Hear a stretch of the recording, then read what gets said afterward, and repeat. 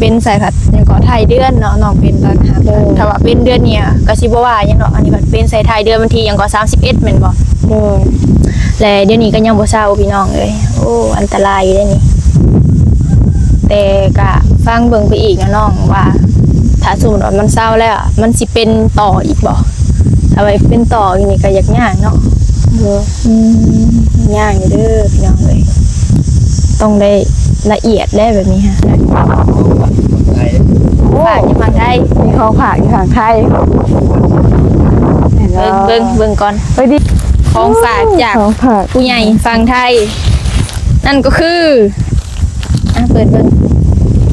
เผื่อจะหูเปิดเบิ่งคืออะไรคือมีนะครับ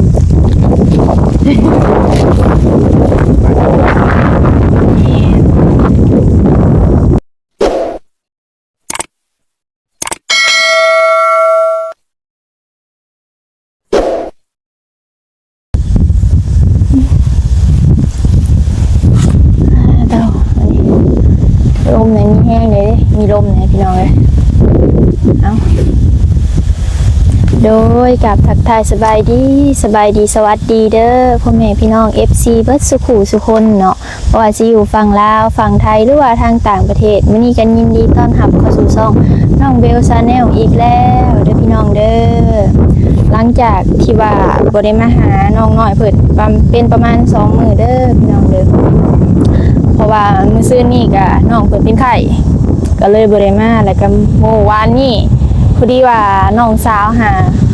มีกิจกรรมอยู่โรงเรียนพี่น้องเอ้ยเพิ่นว่าอยากแต่งหน้าแต่ว่าอยู่ห้านแต่งหน้าเพิ่นน่ะเพิ่นเอาราคา 200,000รู้สึกว่าแพงโพดเพิ่นว่า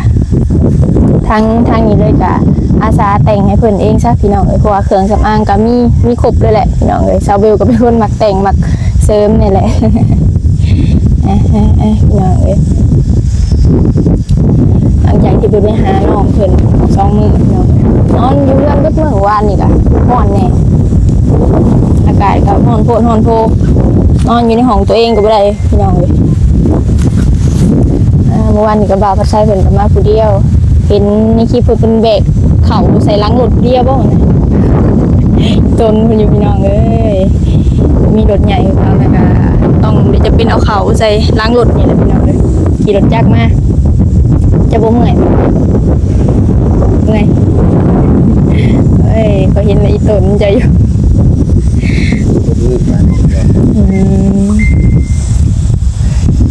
บริมาณเมื่อวานนี้บริยากยังตีเนาะ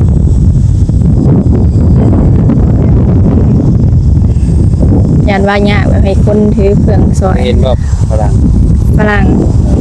โอ้ตัวที่แบบว่าเครื่องเต็มแอวเต็มขาค่ะมันบอกเห็นแล้วว่าพลังใช่เห็นฝรั่งโอ้เห็นแล้วซะมาแต่เมกาหัวว้าโตเห็นผมทองออร่ามันรู้จักนะสายเบิ่งรูปฝรั่งน้อยนี่โตโอ้โดยสบายดีโตนี่ว่าฝรั่งโตเป็นหลักเห็ดสีผมมาตอนไหนนี่ว่านนี่โดยใครเห็ดให้นะหรือว่าเห็ดเองเก่งเติมเนาะเอาเห็ดได้คือทองหรือทางหน้าปลายผมคือยังอันน่ะแทรกอยู่ย่อมไปทางหน้าทางหลังไม่ย่อมไปทางหน้าตอนหับปีใหม่บ่นนั่นแหละย่อมบ่ปัดใส่ผมทองย่อมสีทองหรือก็สีแดงสับขางย่อมเป็นเสี่ยวบ่เอาแม่น่ะสีเขียวบ่โอ้สีฮิตได้สีเขียวนะหูบ่แล้วก็สีบัวไม่ก็สีแทงตาเลยพี่น้องฮักก็เด้อข่อยสีบัวบ่ได้ขอบ่เอาสีบัวขอสิเอาสีแดงก่อนฮะสีแดงแดงหมดเลยโตซื้อมาย่อมเองเลยเก่งกะลี่สายยังเห็ดบุเป็นซ้ำบุเคยย่อมจักเสือเลยพี่น้องเลยผมกับผมแท้เลยบุกล้าย่อมอะไรยันผมเสียไม่เนาะพี่น้องเลยแต่เสียเลยแบบมันสิแก้ยากมันสิแตกไปมันสิแห้งมันสิหักผมนะพี่น้องเลย แต่ก็บ่ได้ว่าน้องเพิ่นดอกพี่น้องเอ้ยก็ความมักส่วนตัวไผลาวพี่น้องเอ้ย โดย ก็เดือนนี้ก็เป็นเดือนของปีใหม่เนี่ยพี่น้องเอ้ยหลายคนอาจจะย่อมผมเห็ดหั่นเห็ดมีเนี่ย โดย แดงเป็นรูป โดยเปลี่ยนหูห่างตอนหับปีใหม่เด้โอ้ย หยามยังไงกันคือได้ยินว่าตัวเป็นไข่บ่มื้อนะ โดย ที่เอ้ยกับบ่ได้มาหาเจ้า โดยนั่นน่ะ ไข่แห้งบ่ เจ็บหัวนะมึงไง เจ็บหัวเจ็บหัว โดย บ่แม่นเป็นน้ำย่อมผมบ่จักนะ โอ้ยเอาผมเมื่อวาน หยอกไข่แล้วบ่ตอนนี้ โดย อันเลือดจะได้ซะว่าขออนุญาตเด้อพี่น้องเด้อมินจะได้ซะเป็นอะไรในเช้าแล้วบ่ นั่งเข้า ยังบ่เช้าจักมื้อเลยเนาะ ก็เป้มือเพราะว่าแต่ชั่วโมงแต่โอ้ยเที่ยง โดนอยู่ได้น่ะเนาะ จึงว่า ค่ะ อย่างไรก็ บ่ต้นอย่างโอ้ มันอาทิตย์มื้อนะ นี่ก็วันเสาร์เลย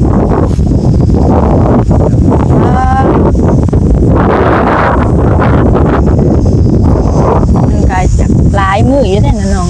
บ่ได้เจ็บท้องบ่ซะ เจ็บอยู่แต่บ่แห้งเจ็บหน่อยเดียว เป็นอยู่ยังเจ็บเป็นบ่ เป็นบาดนะ บ่แม่นเป็นน้ำเจ้าหยางบ่เจ้าบ่ได้สังเกตตัวเองแบบว่านอนอยู่เฮือนแล้วก็กับหยางหั่นน่ะได้เจ็บกว่าหั่นน่ะ นอนเจ็บคือการบาดเจ็บมันเจ็บเป็นบาด เนาะเป็นสายผัดอย่างก็ไทยเดือนเนาะน้องเป็นตอนหับถ้าว่าเป็นเดือนเนี่ยก็สิบ่ว่าหยังดอกอันนี้ก็เป็นสายไทยเดือนบางทีหยังก็31แม่นบ่ โดย และเดี๋ยวนี้ก็ยังบ่เศร้าพี่น้องเอ้ยโอ้อันตรายอยู่เด้นี่แต่ก็ฟังเบิ่งไปอีกนะน้องว่าถ้าสมมุติว่ามันเศร้าแล้วอะมันสิเป็นต่ออีกบ่ถ้าไว้เป็นต่ออีกนี่ก็ยากเนาะ โดย ยากอยู่เด้อพี่น้องเอ้ยต้องได้ละเอียดได้แบบนี้ฮะเบิ่งทรงนี่คือสิได้การไปหมุกนั่นแหละพี่น้องเอ้ยก็เป็นทิศพุ่นแหละน้องเพิ่นเป็นป ได้ ก ออ ติ กลายอยู่บ่ ตายอยู่ จะทำกับมือแรกเลยบ่นอกมือปลายเลย โดย บ่ได้มีว่าสิห่วยสิหยังเลย บ่ อ่าแต่ย่านอยู่แล้วจะบ่เมื่อยบ่วินหัวบ่แบบเสียเลือดหลายหั่นน่ะ ก็เมื่อยอยู่แต่ธรรมดา เพราะว่าเสียเลือดหลายมันมักสิวินหัวกับเมื่อยนำนะพี่น้องเอ้ย โดย อีกอย่างน้องเพิ่นก็ย่างไปย่างมาเนี่ยย่านเป็นน้ำมันนี่แน่น้องเอ้ยก็มีแต่ว่าเบิ่งอาการไปอีกเนาะน้องเนาะ โดย ได้บ่ไปกวดได้บ่ไปกวดอีก กูจะใส่ ฮะ กูจะใส่ ทางผู้ใหญ่เป็นโทรหาให้อยู่เช้านี่เพิ่นว่าอยากให้อันพาไปกวดอีกกวดภายใน แม่ในใจสุเมื่อยกับสุมาก็อยากให้โตไปนำเด้ ว่าอยากให้ไปกวดอยู่หมอบ้านครับหมอ109หั่น 109เอาละเอียดเลยบ่หอมนี่ แต่ว่าภายในแต่ก็บ่ฮู้ว่าหมอ109กวดหรือบ่ภายในบ่ได้ถามเอื้อยครับต้องไปถามเอื้อยผู้แพทย์ โดยหากไม่โตบ่ได้กินแล้วแม่นบ่ บ่บ่ได้กินเลย หูยังก็หูหลังจากหูผลกวดมื้อนั้นก็คือบ่กินเลยนะน้อง โดย บ่ได้คารับยังอีกนะ แต่ว่าผัดมาเป็นใส่อีกแล้วเนาะก็อยากคิดยากแน่เลยวนี้ โดย คือเอาไปกวดจมูกบ่ ไก่พด ฮะ ไก่พด ใครเฮ็ดได้ซะเนาะมีอะไรก็บ่จำเป็นอะไรเนาะสมมุติสมมาก็บางเทื่ออาจจะได้ไปกับน้องว่าบ่ได้ โดย ก็บ่ต้องย้านหั้นนะบ่แม่นว่าน้องว่าสิไปโตวผู้เดียวหั้นนะค่ะบางเทื่อก็อาจจะมีเขาไอรีไปแน่นะว่าบ่ได้เลย ไปหมกก็ให้ดีแล้วครับ แม่นบ่ต้องย้านเนาะ บ่ได้อยู่บ้านคือมื้อนี้เราบ่ว่างมื้อนี้เราพาแม่ตู้แม่ไปอันขอบไซ เลย เราไปมื้ออื่นมื้อคือไป แอน ก็พังอาการเป็นบ่ โดย ลองให้มันเศร้าเบิ่งก่อนบ่ คือว่าเพิ่นว่าจะให้ไปกวดตอนนั้นเป็นเลือดแล้วว่าเลือดมันออกบ่ได้บ่ใส่ก็บ่ค่อยเข้าใจ เขาสิกวดให้บ่ เข้าไปต้องเห็นเขาไม่ได้กวดอะไร เรากวดในท้องคือ นั่นเพราะว่าเป็นเลือดกวดไปได้ค่ะ ถ้าว่าสิตรวจภายในก็ให้น่าจะให้เศร้าคักแน่พุ่นแหละ โดยมันเนี่ย ก็บ่มั่นใจเด้ว่า เฮ็ดได้หรือบ่หั่นนะที่แบบว่าเป็นแล้วไปกวดภายในเลยนะก็บ่ฮู้คือกันพี่น้องเอ้ย ยืนนั่นก็ได้นะ เบิ่งยืนกันเด้อขออนุญาตยืนนะพี่น้องเด้อ เมื่อวานนี้เอ้ยก็บ่ได้มากับอ้ายเราวานนี้ก็ โดย มีใครมาแจ้งข่าวดีน้องอยู่บ่เด้อนี่ วันนี้บ่มี บ่มีบ่ มีแต่แจ้งเขาแล้วเขา เขาอ้ายเล่าเป็นบ่ เออ มอบเขา หมอบข่าวสอบหนึ่งเนาะ50กิโล นั่นแหละ แล้วขี่ใส่ยังก็ล้างรถจักรมาเป็นบ่ โดย เขาวเหนียวเนาะ โดย 50กิโลหนึ่งสอบเอายังไงกะ ครับนี่ เงินตัวสิเหียนั่น มีหลายเองเป็นที่อ่ะ 2 แสนเหมือน 200,000หู ยุโรป อ่ะ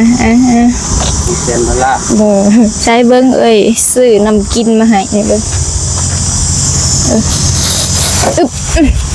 มันยังบ่มีใครออกมาอีก น้ำกินโตซื้อไว้หรอบ่ ยังบ่มีใครออกมาอยู่มัน ยังบ่มี โดย เอากินตัวนี้ไปก่อนเด้อ โดยถ้าขอบใจ โอ้ยแม่นน้ำเจียบ พวกเพื่อนเป็นห่วงญาติเป็นสายพระตัดโตแล้วบ่ได้เป็นห่วงทางกายตัวเองเลยกินหำกินหีไปเบิ่งกินใจ โอเค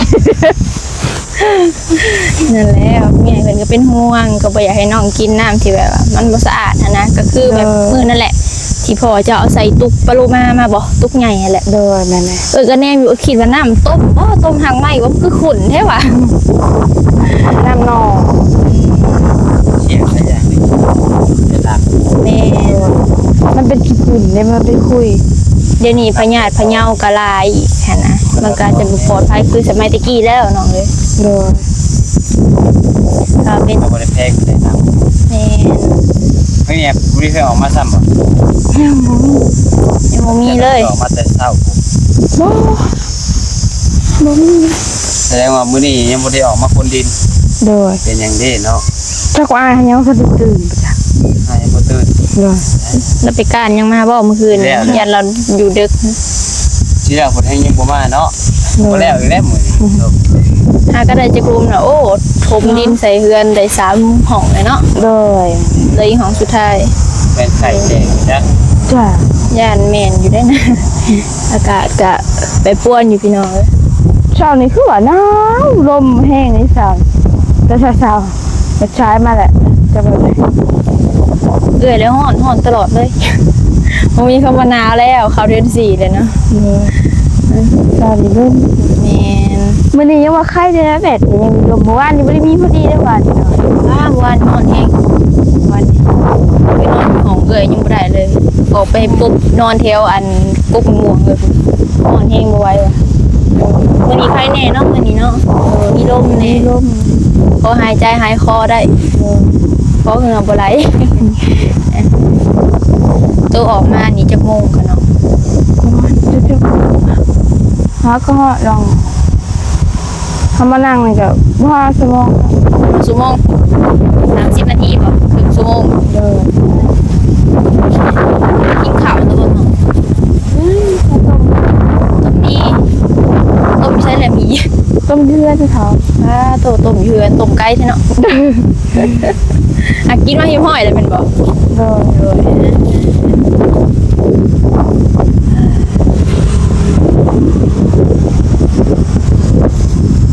มีไข่ ฝากอยู่ฝั่งไทย มีของฝากอยู่ทางไทย เบิ่งก่อน ไปดิ ของฝากจาก ของฝาก ผู้ใหญ่ฝั่งไทย นั่นก็คือเปิดเบิ่งเดี๋ยวจะหูเปิดเบิ่งคืออะไร คือมีนี่นะ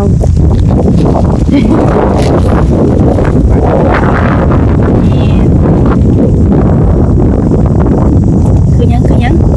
หูบอก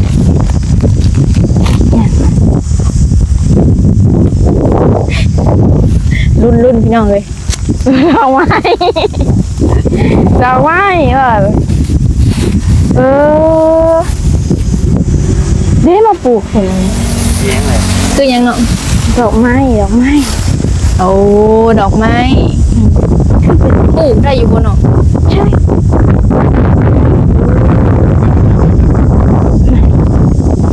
มันจะเป็นป่ะ ยังวะ จังหวะแล้ว คือมีนี่น จักอึกกะบู เป็นบ้านที่เพื่อน หวานใส่ดินไหม เมื่อวานได้รับน้ำก็ได้เป็นดอกไม้เดี๋ยวเกิด ดอกยิ่งก็ฮู้หน้าตาอยู่แต่ว่าลืมสื่อพี่น้องเอ้ยมัน ำด จะ อก มี ดาวเรืองบ่ มันจะมีสีแดงสีม่วงสีบัวนี่แหละถ้าสีบ่ผิดแต่พี่น้องเอ้ยจื้อหน้าตาอยู่ดอกอันเนี้ยแต่ลืมสื่อ เลยดอกแต่ว่าพวกให้ฝึกอยู่เมื่อวานใส่ล้างห้องน้ำเจ้าก็ได้เมื่อวานใส่ที่ใหม่ก็ได้แล้วแต่ บ่กำแพงยางละครึ่ง น้ำตัวเมื่อวานใส่ที่ใหม่เริ่มจะขึ้นน้ำเนาะ โดยแม่บ้านใช่ เมื่อวานใส่ นอนจะบนหน้าไหม ปวดนะ โดยในหัวแล้วขบัวกับวัวกินมัน ญาติมองกินเนี่ยเนาะมีคนมาฝาก วัวหลายเด้ นั่นแหละวะ มีเด้มันก็จะออกเลย เดี๋ยวเจ้าไปบ้านใส่น้ำก็ได้ปะปะน้ำก็ได้ ของน้ ถ้าบอกอันนี้ก็ ำได้เนาะแกะบ่ดวนอันใดแกะเอาทางในแม่นบ่ แกเอาดอก หนังยา คนทันทีคนนั่งเอง ตัวเป็นนั่นก็เป็น เตียงโต๊ะโบนางน้อยเอ้ยแม่นางน้อยเฮ็ดไว้กับหนังบ่ได้พี่น้องไอ้แดด หนังอยู่โพดนี่แหละใส่แก้วมาเอาทางใดแกะน้ำ เขาบอกจะเอามาปลูกนะลืมจะเอามาจากป่าดอกดาวเรืองนะบ่ ดาวเฮืองฮะ งามนี่หรอก งามดอกดาวเฮืองดอกไม้มงคล เนย ปลูกขายน้ำก็ได้อะนะ นี่ อันนี้น่าจะเป็นดอกไม้ประดับเฮือนแต่งเฮือนตัวนี้ ดูเกิดขึ้นงามนะเดี๋ยว เดี๋ยวได้หักหัวออกบ่เนาะ เอาออกอันนี้เลย ไปบ้านแล้วน้ำพุด โดย โดย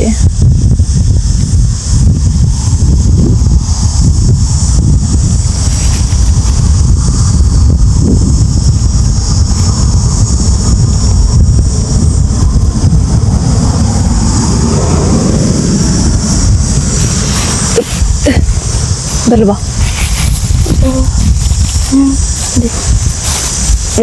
ดอกงามนะดอก ดอกกระเจียวบาน อีกไม่นานก็คงจะเศร้า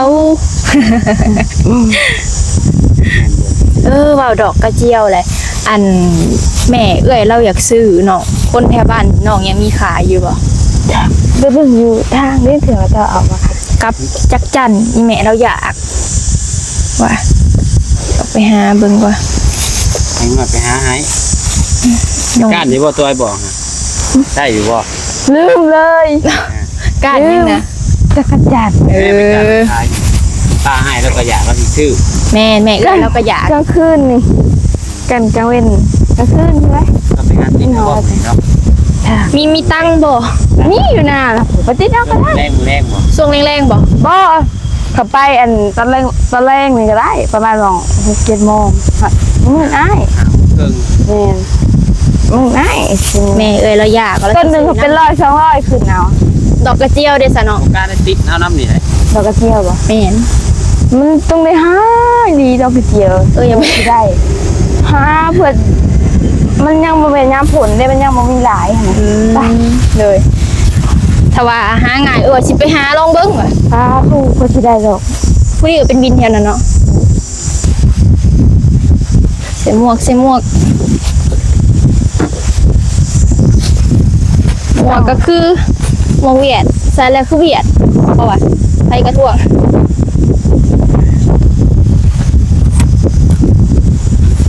ไป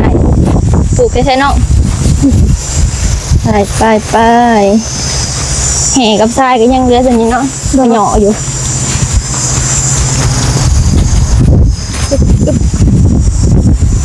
โอ้ยตีนี่แม่หนังยังเหยาะเลย ไปเอาดินมาพ่นใช่เนาะ ดินทวน ขุดดินก็ทำมาพ่น แ เอาเสียมไป เสียมีบอกนี่ไหนน้องเพิ่นเอาเสียมาพ่นดินก่อนเนาะไม่ FC เพิ่นฝากมาให้จากฝั่งไทยไม้ประดับเฮือนปลูกให้ใส่เนาะ อยู่ไหน แย่บ่โอ้มาถือให้กันจองนะ โอ้ยเนาะ เฮ็ด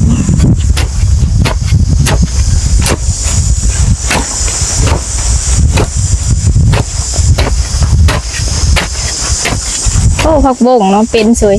นึกว่าสิบ่รอด ปลูกทออันนั้นมันถือได้เนาะ แม่น เป็นเฉย คือหน้าไว้ข้างโต๊ะ เนาะ เอาจุดแก้หัวเลย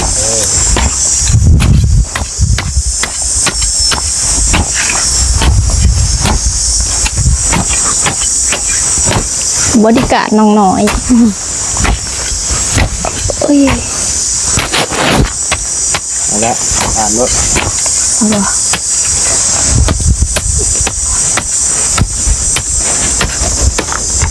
เอาบ่ เอาบ่ เลยเนาะ ให้หวานเลย จะสิเป็นหรือบ่ ก็ว่าอยู่เด่นเอาเขาเอาใบนี่บ่โหยมันเนาะตัวแก่นมันดิซะ ทิ่มแกมัน น้ำกินได้บ่ กิน ได้ยินว่ากิน หูนี่เริ่มบ่ดีแล้วโอ้ยนะพี่น้อง พดมันนะ โคตรอันนี้มันสิบ่อันฮ้อนพุ่นบ่ บ่เนาะ ได้อยู่ดอกเนาะสูบลงหน่อยไปบ่ ได้เฮ้ย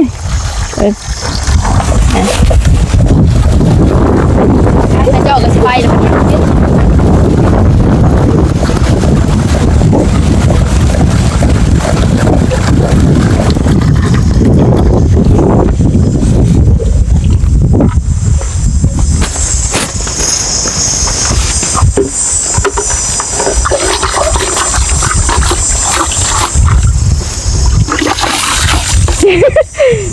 ใจเย็นได้เฮ้ยยังบ่ฮอดสงกรานต์ได้เฮ้ย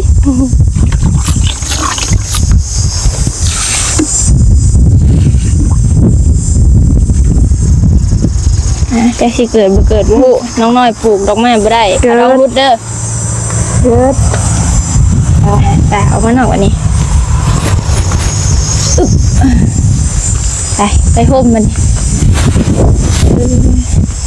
เด้เนาะคุณทุบดินใส่ วัน ยังบ่ได้ตั้มพุดน้ำแล้วก็ตั้มดินเห็นแน่นแล้วนี่เนาะ โดด โอ้ยผมก็แย่หูแย่ตาอยู่น้องเอ้ยอย่าไปตัดผมเด้น้องน้อยบ่อยากตัดผมบ่เนาะ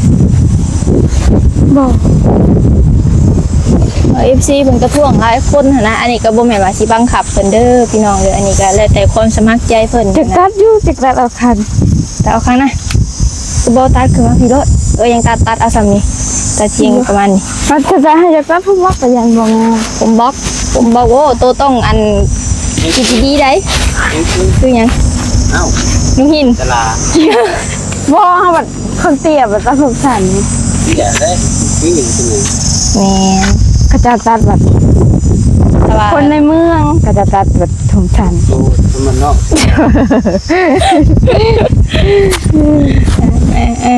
แต่ว่าน้องอยากตัดก็ตัดหรือบ่อยากตัดก็แล้วแต่น้องอันนี้ถ้าว่าอยากตัดแล้วก็สิตัดให้ คือว่าการไหนก็ได้เป็นอย่าง แต่ว่า มา บาทครับ แต่ว่าน้องเพิ่นว่าตัดผมคนอื่นตัดผมให้สิเป็นไข่อย่างเนาะ โดย น้องเพิ่นว่าคนอื่นตัดผมให้แล้วสิเป็นไข่ว่ะก็เลยแบบ เขาเคยตัดสองเขือเขาจะไข่ได้เป็นเดือนเนาะ ก็เลยบ่กล้า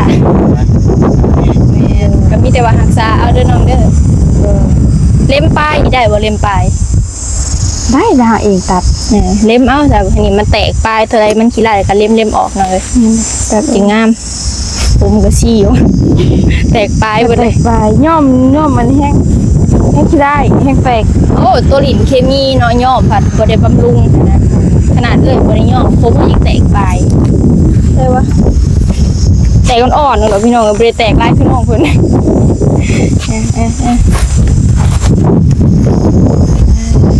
สำหรับคลิปนี้ก็คือมาหาน้องน้อยเด้อพี่น้องเด้อหลังจากที่บ่ไปหาเพิ่น2 มื้อพี่น้องเอ้ยน้องเพิ่นเป็นไข้แน่เมื่อวานนี้ซาเวลก็ติดภารกิจกับน้องสาวแน่พี่น้องแล้วจังหวะกันเด้อพี่น้องเด้ออยู่ดีมีแฮงเบิดสุขทุกคนเด้อสำหรับคลิปนี้ลาแล้วสบายดี